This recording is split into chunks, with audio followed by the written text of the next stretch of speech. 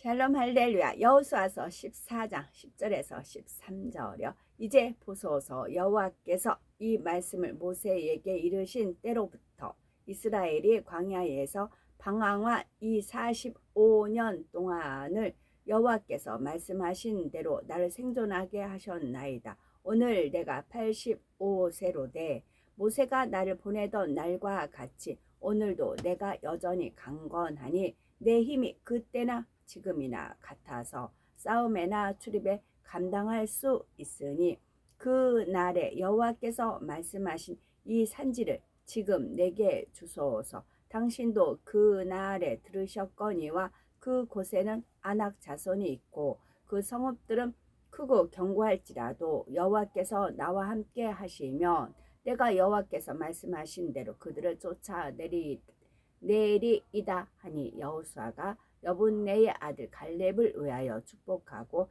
헤브론을 그에게 주어 기업을 삼게 하매. 아멘. 모세와 함께 출애굽한 이스라엘 백성들은 약속의 땅 가나안을 향해 출발했지만 무수한 하나님의 역사를 보면서도 끝내 마음을 강팍하게 하여 믿음을 갖지 못했습니다. 결국 이들은 광야에서 유리하다가 죽음을 맞았고 후손인 출애굽 2세대가 모세의 후계자 여호수아를 필두로 하여 가나안 땅에 들어갔습니다. 부모 세대와 달리 광야 생활의 연단을 통해 가나안을 취할 수 있는 영적인 믿음을 갖고 있었던 여호수아와 출애굽 2세대는 요단강을 건너 가나안 땅에 들어섰고 가나안의 관문이라 할 수 있는 여리고 성을 무너뜨린 후 아이성을 정복했습니다. 이렇게 가나안 중부 지역을 점령한 이스라엘 백성들은 기브온 성에 집결한 아모리 연합군을 기습 공격하여 대승하고 가나안 남부 지역 주요 성읍들을 점령해 들어갔습니다.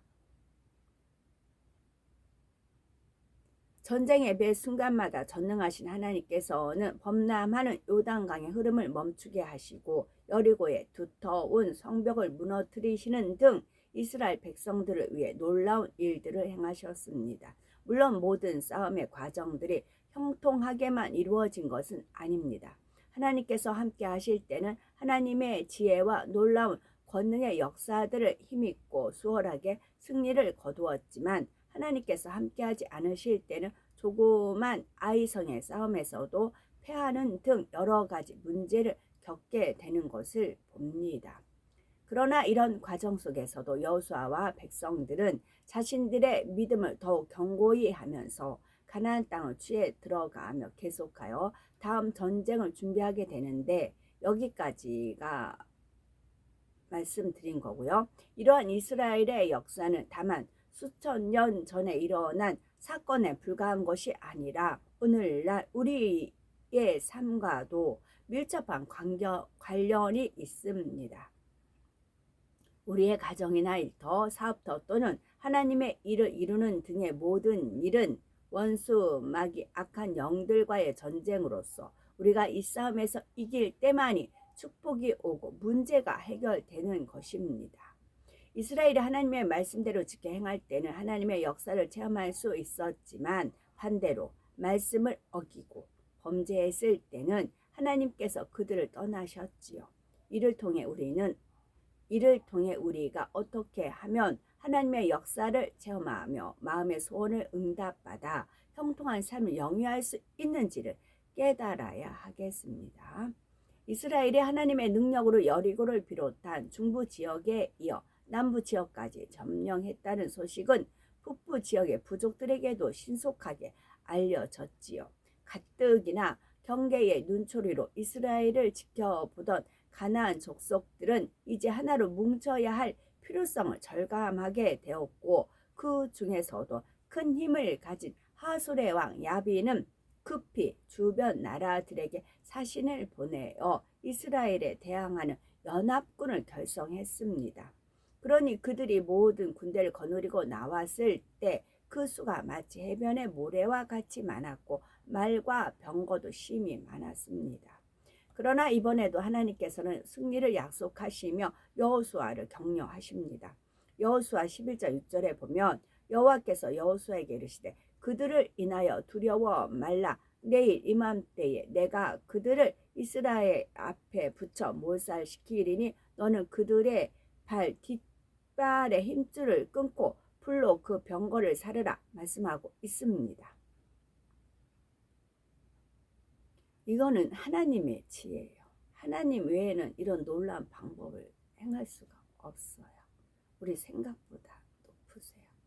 하나님 지혜는. 그 지혜는 여호와를 경외하면 이끌어 주십니다. 군사의 수가 아무리 많으며, 왜냐면 여호와의 경외함을 계속 우리는 이제 하나님도 이제 여호와를 경외하는 그런 마음이 예쁘시잖아요. 그러니까 계속 지혜를 주시는 것입니다. 그래 계속 하나님을 더 경외함이 승화가 되니까요. 군사의 수가 아무리 많으며 말과 병거가 아무리 많아도 그것으로 전쟁에 이길 수 있는 것은 아닙니다. 전쟁은 오직 여호와께 속한 것이기 때문이지요. 여호수아와 이스라엘 군사들은 오직 믿음으로 물가에 진을 친 수많은 적군을 기습 공격하여 격파함으로써 한 사람도 남기지 않았으며 하나님께서 명하신 대로 잡은 말들의 뒷발 힘줄을 끊고 병거를 불살랐습니다. 이렇게 해서 이스라엘은 또 한 차례 큰 전투를 마쳤고 중부, 남부에 이어 북부 지역까지 점령한 것입니다. 북부 지역 왕들과의 싸움에 승리함으로써 여호수아와 이스라엘의 가나안 정복은 하나의 대단원이 내려집니다. 이 날이 있기까지는 참으로 오랜 세월이 걸렸습니다. 하나님께서 믿음의 조상 아브라함의 시대에 하신 약속이 수백 년이 지난 모세의 시대에 와서야 눈에 보이는 역사로 드러났고, 이스라엘 백성들이 모세와 함께 출애굽한 후로도 이 약속이 성취되기까지는 40년의 광야 생활과 7여 년간의 가나안 정복 전쟁을 거쳐야 했지요. 만약 출애굽한 이스라엘 백성들의 첫 세대가 믿음을 내보이기만 했다면 가나안 땅 정복의 축복을 그들이 받았겠지만 그만한 믿음을 갖지 못했기에 이러한 축복은 뒤로 미루어졌던 것입니다. 하나님의 약속에는 반드시 단서가 붙어 있어서 하나님을 참으로 믿고 순종하는 사람만이 하나님의 역사를 볼 수가 있는 것입니다. 하나님의 약속에는 반드시 단서가 붙어 있어서 하나님은 참으로 믿고 순종하는 사람만이 하나님의 역사를 볼 수가 있는 것입니다. 예를 들어 어떤 사람들은 하나님은 치료하나 여호와라 하시면서 왜 믿는 사람들도 질병에 걸리는가 하기도 합니다. 그러나 출애굽기 15장 26절에 너희가 너희 하나님 나 여호와의 말을 정종하고 나의 보기에 의를 행하며 내 계명에 귀를 기울이며 내 모든 규례를 지키면 내가 애굽 사람에게 내린 모든 질병이 하나도 너희에게 내리지 아니하리니 라고 말씀하신 대로 하나님께서 주신 약속이 성취되기 위해서는 받는 사람 편에서도 각자 믿음의 분량 가운데 축복받을 조건을 갖춰야 하는 것입니다. 가나안 땅에 들어가리라는 약속 또한 이스라엘 백성이 믿음을 가져야 한다는 조건이 있었고, 이러한 조건을 갖출 수 있도록 하나님께서는 큰 기적과 이적을 수없이 보여주셨지요. 그럼에도 불구하고 출애굽 1세대는 믿음을 갖지 못하여 하나님의 약속은 뒤로 미루어지고 말았던 것입니다. 그러나 다음 세대에 와서 하나님의 약속은 결코 성취되었지요. 부모들과는 달리 믿음 있는 이스라엘 후손들이 확고한 믿음 가운데 여호수아와 함께 순종해 나아감으로 마침내 젖과 꿀이 흐르는 땅을 취할 수가 있었습니다. 이스라엘이 가나안 땅을 점령했다고는 하지만 이로써 모든 과업이 끝난 것은 아닙니다. 하나님의 약속하신 가나안이 대략적으로는 이스라엘의 점령하에 들어왔지만 아직 곳곳에 남아있는 가나안 거민들을 몰아내고 점령한 땅에 정착함으로 완전히 자신들의 땅으로 취해야 하는 것이죠.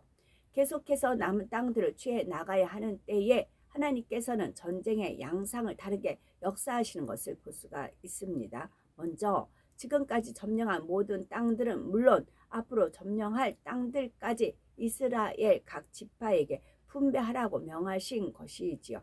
지금까지는 이스라엘 모든 지파들이 하나 되어 가나안 족속들을 정복한 반면 앞으로는 각 지파가 그들 자신의 믿음으로 자기 몫을 취해 나가도록 명하신 것입니다. 이처럼 각자의 땅을 취해 나감에 있어서 얼마나 영적인 믿음을 내보이는가, 하나님의 뜻대로 이행하는가에 따라 하나님께서 주신 약속의